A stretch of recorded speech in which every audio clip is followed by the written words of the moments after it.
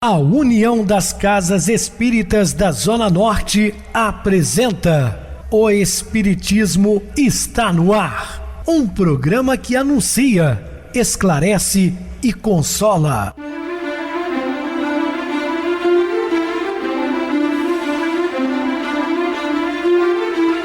Não se turve vosso coração. Credes em Deus, credes também em mim. Na casa de meu pai há muitas moradas. Se assim não fora, eu vou-los teria dito, pois vou preparar-vos lugar. O Espiritismo está no ar. Sintonize esta frequência. Pare, pense na vida, faça perguntas.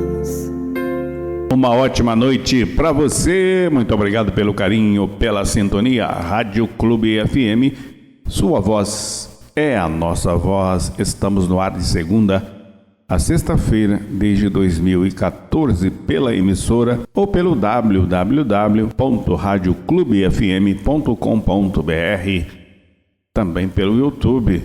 O canal é Viver _ Melhor. Se inscreva, deixa seu like. Sua opinião é sempre importante para nós.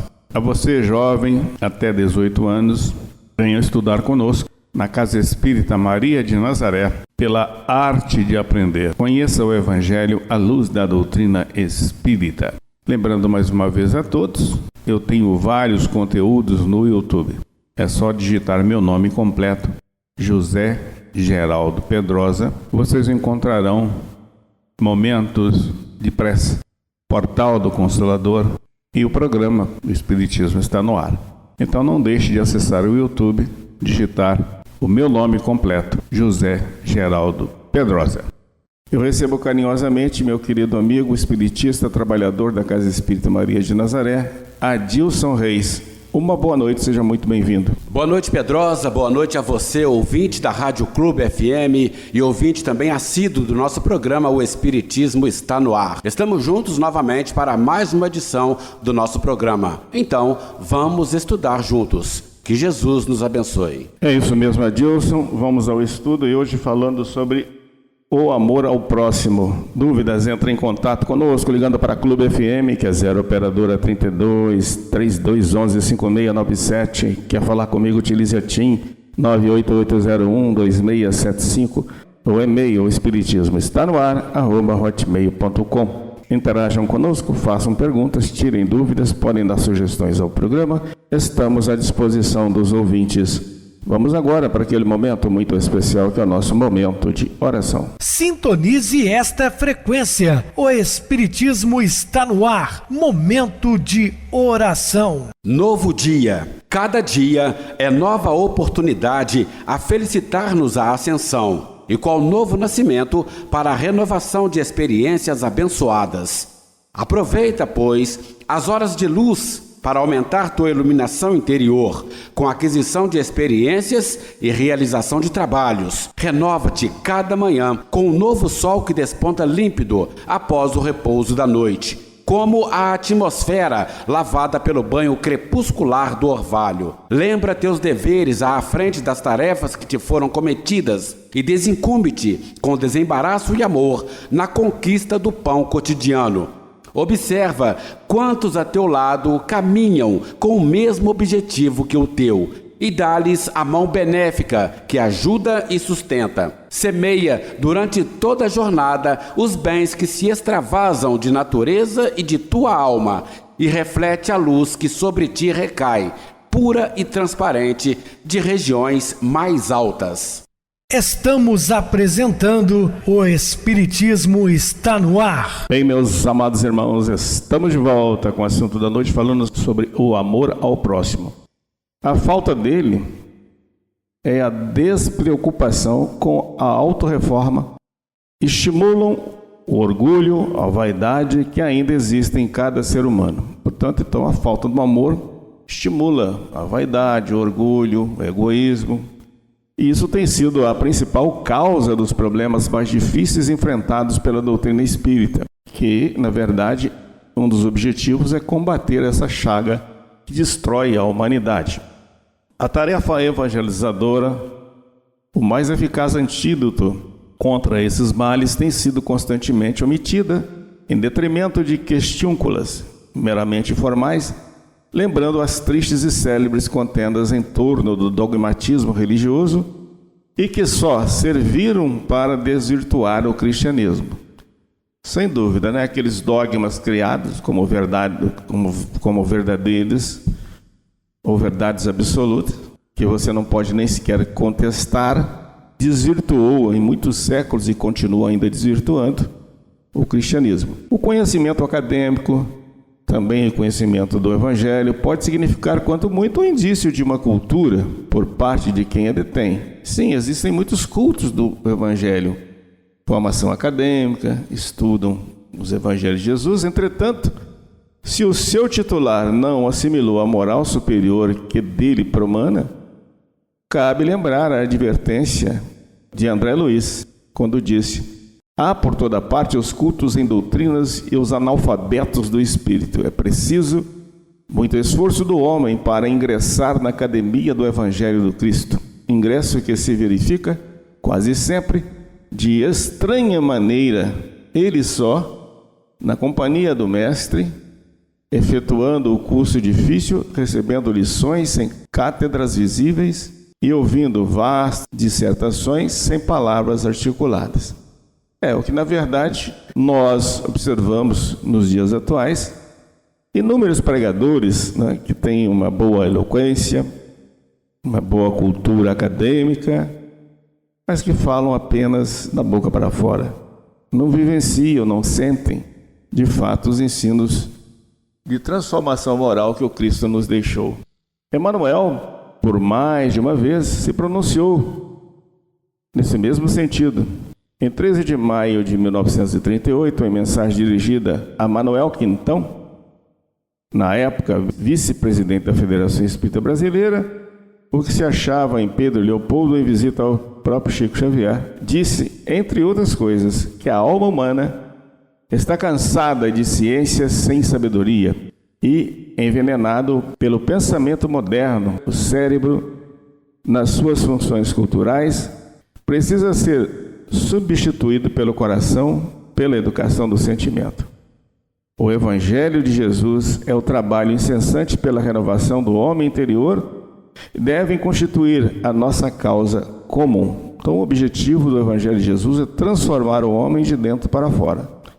A cultura sem sabedoria dentro do Espiritismo implica o esquecimento de seu lado mais belo, que é o lado moral.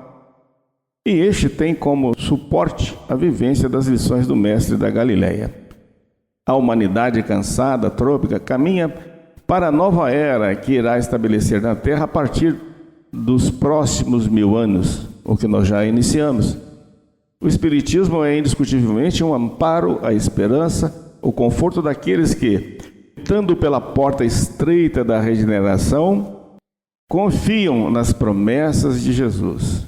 Em virtude disso, quanto mais fortalecido ele estiver, muito mais eficiente e reconfortadora será a sua ação nos momentos difíceis que o homem enfrenta e que terá de enfrentar até que se opere a sua transformação e, consequentemente, a transformação do mundo. A sua atuação será sensivelmente diminuída na mesma proporção em que os seus adeptos se deixarem levar pelos conflitos de opinião ou pelas polêmicas de contornos eminentemente convencionais e absolutamente desnecessárias e nocivas à doutrina e ao movimento. Temos que entender que há uma diferença entre a doutrina e o movimento, né? O movimento somos nós, causadores ainda de certas discórdias. Como sempre falo, a doutrina ela é pura. Isso ocorreu em quase todas as religiões, notadamente as ocidentais, cujo estado de falência é notório, incapaz de responder às inquietações e angústias do ser humano diante da vida. Sim, há muitas religiões que foram importantes no passado, hoje perderam a sua eficácia exatamente porque não respondem à grande indagação do homem, né? O que acontecerá depois da morte? Por que dos sofrimentos terrenos, né? Porque das deficiências físicas e mentais de certas pessoas que vivem debaixo do mesmo teto, filhos dos mesmos pais, um vive na opulência, outro na miséria. Enfim, essas questões muitos não conseguem responder. Arrastaram consigo nas suas quedas vertiginosas para o abismo da descrença e do desespero a grande maioria de seus seguidores. Na época certa, quando a humanidade já tiver atingido uma etapa superior de desenvolvimento moral, intelectual e científico, e quando o homem já tiver aprendido a conviver solidária e fraternalmente com seu semelhante, novos fatos e verdades de natureza espírita serão revelados ao habitante da Terra. Mas estas revelações virão por meio de espíritos superiores, a exemplo do que fizeram quando trabalharam com Kardec na elaboração da codificação. Então nós teremos ainda outras revelações no futuro, quando a humanidade estiver mais amadurecida. O Espiritismo é a doutrina dos Espíritos e eles compete a missão de reformá-lo no momento exato e desde que isso se faça necessário. O Espiritismo acompanha a evolução da ciência, mas não cessa aí, ele vai além. Até lá permanecerão insistindo com os homens para que todos, indiscriminadamente, abracem o ideal da reforma interior, a única que realmente é preconizada pelo cristianismo redivivo. No momento, qualquer tentativa de outra modalidade de reforma dentro da doutrina demonstrará, não obstante, a boa fé dos que a sustentam, um excessivo entusiasmo, a par de uma euforia invigilante de estar contribuindo para a evolução do Espiritismo. Sob esse ponto, a razão está com Herculano Pires quando afirma que os que desejam atualizar a doutrina devem antes cuidar de se atualizarem nela. Portanto, essa é uma informação deixada por o grande escritor Herculano Pires, porque antes de pensar em modificar a doutrina espírita, tente mudar a si mesmo, né? Porque ela está de acordo com a evolução humana. Ainda que se respeite o livre-arbítrio de cada um, é inadmissível que ele se confunda ou se identifique com uma liberdade criativa indiscriminada. É enorme a responsabilidade daqueles que percorrem esses caminhos sinuosos, porquanto arrastam consigo os indecisos, os principiantes, os revoltados, e existem muitos dentro do movimento, os intelectuais, eternos donos da verdade em todas as áreas do conhecimento humano e principalmente os jovens, sempre ávidos de novidades e propensos à contestação. A lição de Paulo, contida na primeira carta aos Coríntios, situa bem a questão ao recomendar: todas as coisas me são lícitas, mas nem todas as coisas convêm. Todas as coisas me são lícitas, mas eu não me deixarei dominar por nenhuma. A inexistência de uma obediência compulsória a uma hierarquia que obrigue dogmaticamente à prática de procedimentos previamente estabelecidos não serve de pretexto para que cada militante ou instituição use a sua liberdade para a introdução das novidades ditadas pelo modismo ou das ideias de cunho eminentemente personalista, traduzido de forma eloquente pela indesejável e já corrente expressão "no meu centro se faz é assim". Em conclusão, seria justo admitir-se que realmente é chegada a hora da reforma do estilo de vida, da reforma interior do homem. É a única que deve interessar efetivamente ao verdadeiro espírita, a fim de que, em futuro, próximo ou remoto, todos os homens se reúnam sob a bandeira da fraternidade e da solidariedade.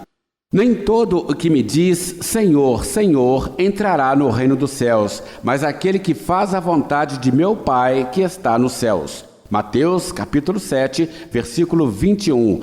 Acrescentemos que a tolerância, fruto da caridade que constitui a base da doutrina espírita, lhe impõe como um dever respeitar todas as crenças. Allan Kardec, Constituição do Espiritismo, Obras Póstumas, página 349. O final do milênio ainda não conseguiu eliminar de seu cotidiano o radicalismo religioso, que, a exemplo do que aconteceu em séculos passados, continua sendo uma constante na vida da maioria dos povos. Ontem foram as cruzadas, a Inquisição, a noite de São Bartolomeu, a Contra-Reforma, as Guerras Santas, os silabos, etc.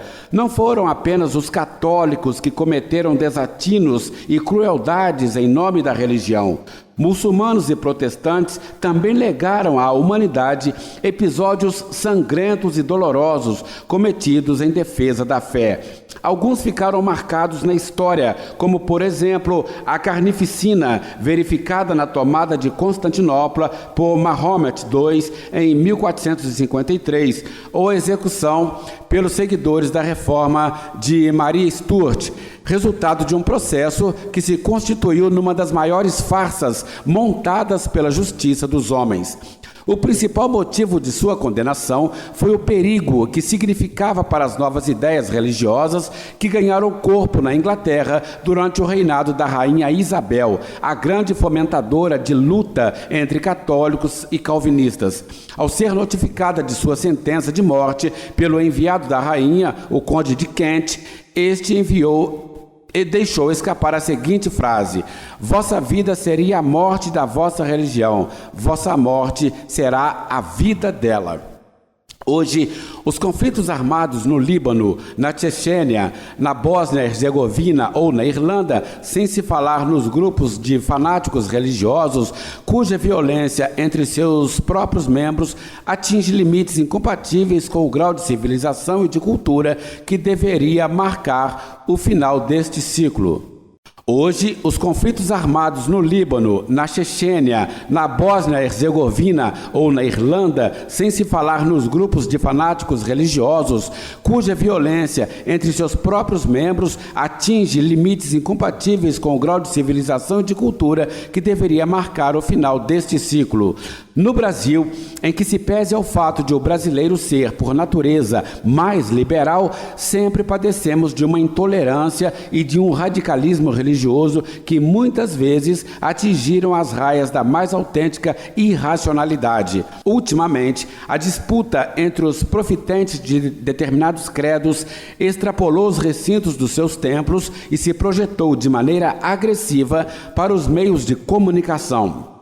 Esses grupos, embora se afirmem seguidores do Mestre, tentam impor a sua fé à custa de expedientes inteiramente em desacordo com a ética cristã, porquanto não se acanham em empregar atitudes que vão da violência à zombaria, da crítica azeda ao menosprezo pelos seus adversários. Há, em tudo isso, uma incontestável e atávica herança, reflexo, talvez, de ligações no passado com o crê ou morre. Do ponto de vista jurídico, a liberdade de crença e o livre exercício dos cultos religiosos se inscrevem no rol dos direitos e garantias individuais consagrados pela Constituição de 1988, que estabelece o seguinte em seu artigo 5º, inciso 6. É inviolável a liberdade de consciência e de crença, sendo assegurado o livre exercício dos cultos religiosos e garantida, na forma da lei, a proteção aos locais de culto e suas liturgias. O Código Penal, por sua vez,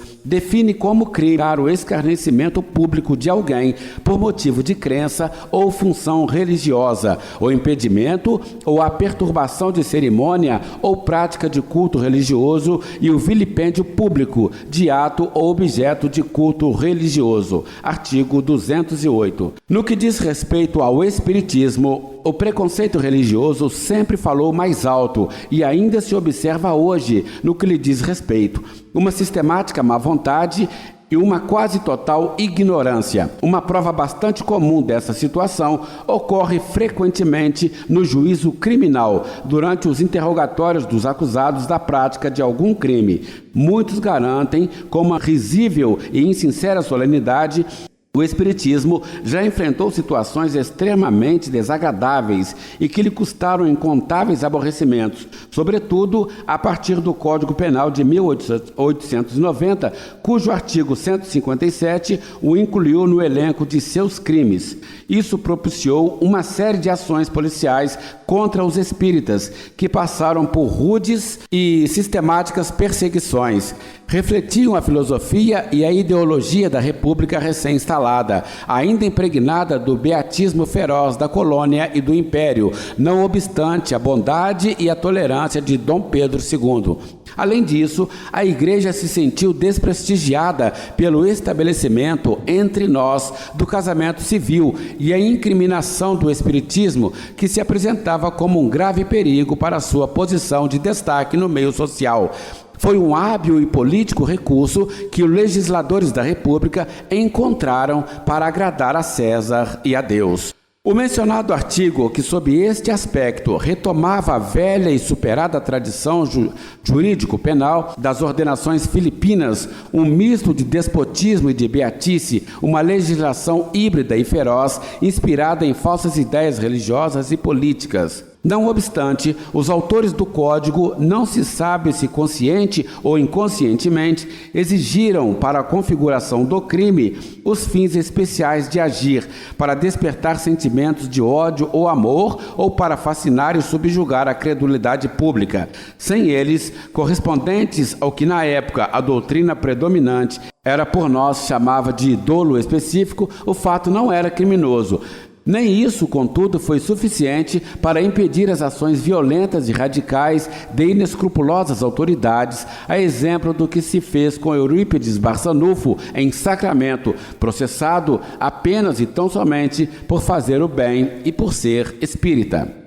Algumas vozes esclarecidas se levantaram no meio jurídico contra os exageros da interpretação do malfadado artigo, entre as quais pontificou a de Galdino Siqueira, o mais renomado comentador do Código de 90. Dizia ele: no artigo 157, incrimina o Código não a simples prática do espiritismo, mas a sua prática com intuito fraudulento ou enganoso.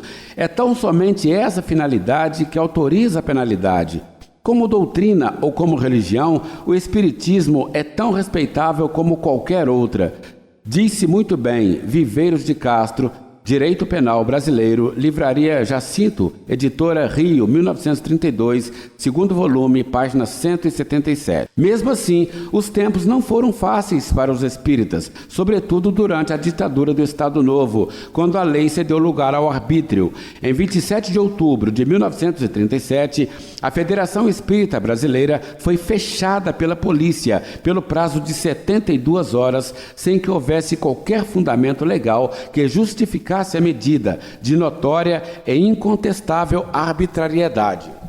O fato se repetiu no dia 10 de abril de 1941, em virtude de uma portaria do chefe de polícia do então Distrito Federal. A FEB e as casas espíritas de todo o país foram fechadas e somente voltaram a funcionar depois de devidamente registradas na repartição policial competente e mediante a apresentação aludida portaria relacionava. Uma das grandes dificuldades que a doutrina espírita enfrentou, mas graças a Deus foi superada, né?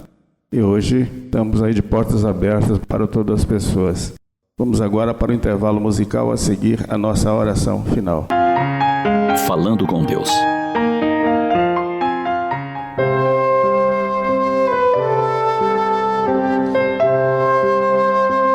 A oração é um dos momentos mais sublimes da existência humana. Em Jesus, colhemos o exemplo do hábito da oração. Ele buscava a natureza para essa comunhão com o Pai Celestial. Subiu a um monte, demonstrando que é preciso alçar a alma para alcançar a fonte celeste. Buscou a orla da praia, um recanto calmo na noite de estrelas ou no morrer da tarde, assinalando que devemos dedicar alguns momentos diários a essa fala de filho ao Pai. Ato instintivo da alma que busca o regaço paterno ante as profundas dores. Ao orarmos, fortalecemos a coragem para o enfrentamento das dificuldades. Será sempre uma conversa íntima. Por isso, a orientação do Mestre de Nazaré de entrarmos em nosso aposento, fechar a porta e orar em secreto. Esse apelo para ficarmos a sós é uma recomendação mais profunda do que apenas nos isolarmos fisicamente. É um convite a um mergulho para dentro de nós mesmos, calando o alarido do mundo exterior e os murmúrios dos nossos caprichos. Dessa forma, quando orarmos, busquemos a serenidade interior em completa entrega a Deus, permitindo que nossos pensamentos, dirigidos pelo coração e pela vontade, sintonizem com as harmonias celestiais. Num diálogo sem pressa, sem fórmulas específicas, revitalizaremos as energias, renovando-nos para o prosseguimento da jornada, por mais áspera se nos apresente. Por vezes, a nossa oração será feita em momentos de profunda dor, tendo os espinheiros das aflições a sufocar a tenra flor dos nossos melhores propósitos. Ainda assim, lembremos que, como não somos perfeitos, nosso mundo, sendo o reflexo da nossa maneira de agir e pensar, também não é perfeito.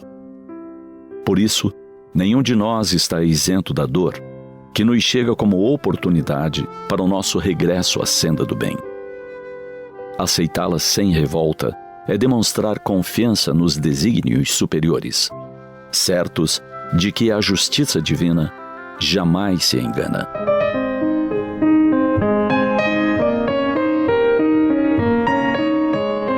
Assim, quando a dor se apresente, é porque a hora se faz de ajustarmos enganos passados, erros cometidos em momentos de desatino e incoerência.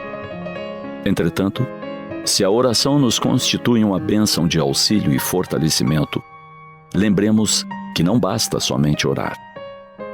Precisamos empreender, mesmo que lentamente, a caminhada em direção ao bem. A tarefa de subir aos céus da perfeição, a que estamos todos destinados, é de cada um.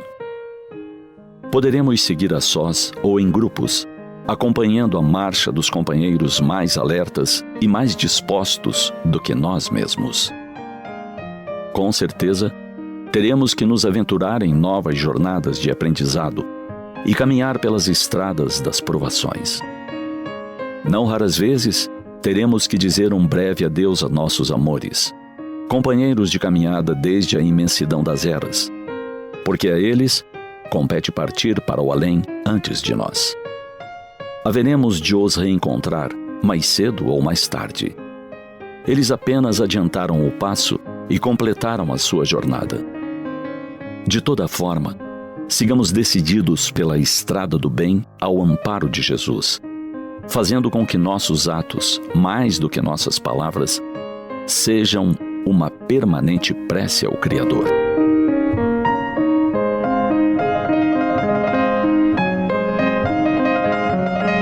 Sintonize esta frequência. O Espiritismo está no ar. Momento de oração. Meus queridos e amados irmãos em Cristo, sempre na luta, atrás das trincheiras, prontos ao combate, alerta vigilantes, permaneçamos à disposição das ordens dos generais que nos comandam, de prontidão absoluta e severa. Não podemos escolher o campo de batalha, as armas, o inimigo, nem os companheiros de luta, prontos em serviço. O campo em que estamos é aquele exatamente do qual temos de nos movimentar, seja ele pedregoso ou arenoso, com pântanos ou deserto, nele temos de terçar armas. Os companheiros que nos rodeiam são precisamente aqueles que, ao nosso lado, foram colocados pelos comandos. Não nos cabe escolher, mas utilizarmos conforme as nossas e as capacidades deles, aproveitando tudo ao máximo. As armas são as que o exército possui, naquelas que pode fornecer ao momento. Se não tivermos um canhão, lutemos com um canivete. Essa tem de ser a nossa disposição de ânimo nos combates da nossa vida. Meus queridos, estamos reencarnados para aprendermos e lembrando do grande apóstolo dos gentios, devemos combater as nossas imperfeições morais. Muita paz, que Jesus nos abençoe. Meu querido irmão Adilson, suas despedidas. Valeu, Pedrosa, obrigado pelo convite, pela oportunidade de estarmos aqui no nosso programa de hoje. Estaremos juntos em outras oportunidades, assim Jesus nos permitindo. Obrigado a todos pela companhia, tenham todos uma boa noite e que Jesus nos abençoe. Boa noite para você, Adilson, muito obrigado pelo apoio aqui no programa. Boa noite também a todos os amados irmãos ouvintes do YouTube, internautas do Brasil, do exterior, nossos irmãos da Zona Norte e de Juiz de Fora, que nos acompanham com a rádio local 87,9 Rádio Clube FM. Continue ligados, ouvindo a nossa próxima atração, o programa Batidão com DJ Tico, a seguir na voz de Ailton Moreno, Encontro Central. Uma ótima noite de sexta-feira, um feliz final de semana e até segunda-feira, se Deus quiser.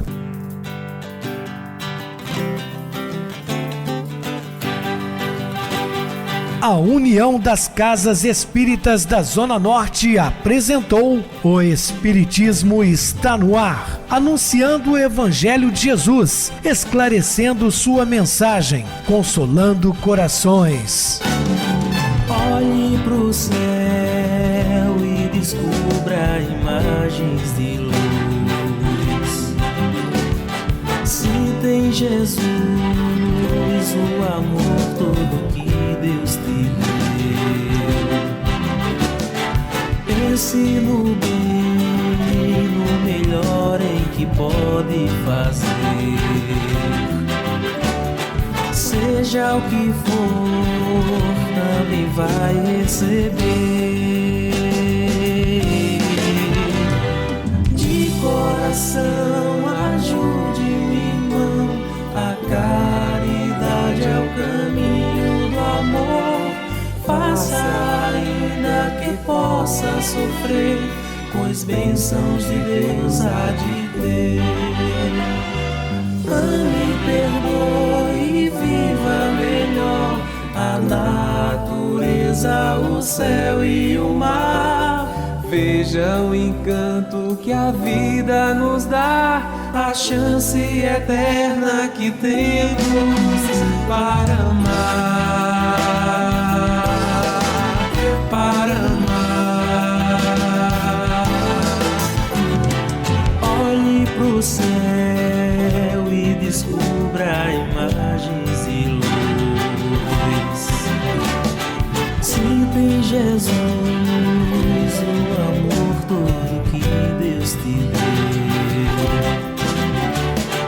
Pense no bem, no melhor em que pode fazer. Seja o que for, também vai receber. De coração, ajude o irmão, a caridade é o caminho do amor. Faça ainda que possa sofrer, pois bênçãos de Deus há de ter. Ame, perdoe e viva melhor a natureza, o céu e o mar. Veja o encanto que a vida nos dá, a chance eterna que temos para amar.